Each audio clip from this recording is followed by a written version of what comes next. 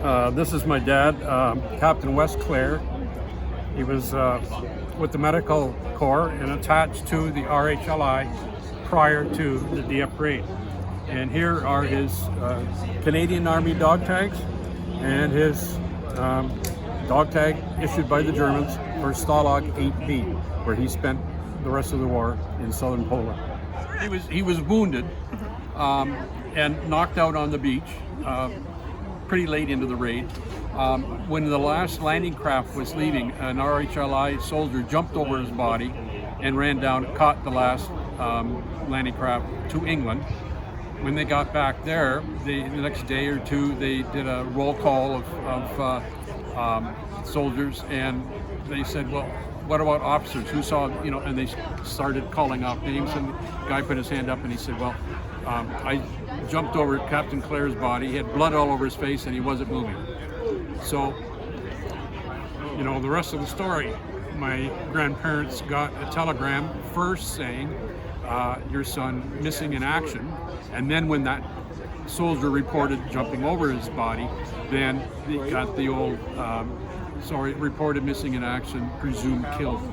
And it wasn't until that fall that they got word from the International Red Cross that Dad was indeed a POW. But prior to that, my grandmother went to the movie theater in Port Credit. They saw the newsreels beforehand, and they were sitting there in the theater watching, and Grandma said, oh my goodness, there's my son walking.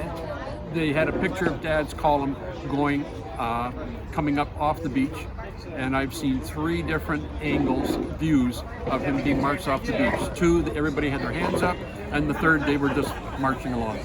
And then I have a photograph, which I couldn't bring today, of Dad standing there with his hands up, and a group of 30.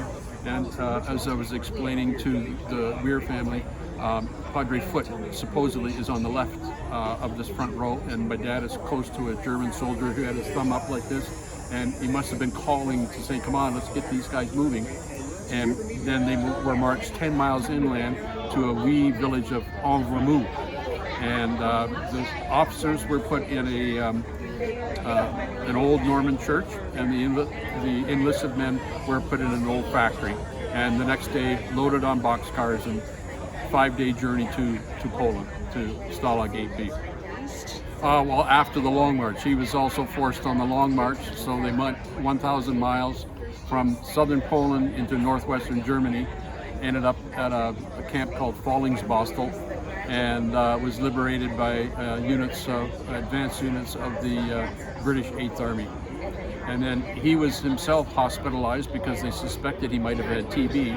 So he said in his war diary, he said he spent VE Day in a hospital in England, and then he eventually made it home.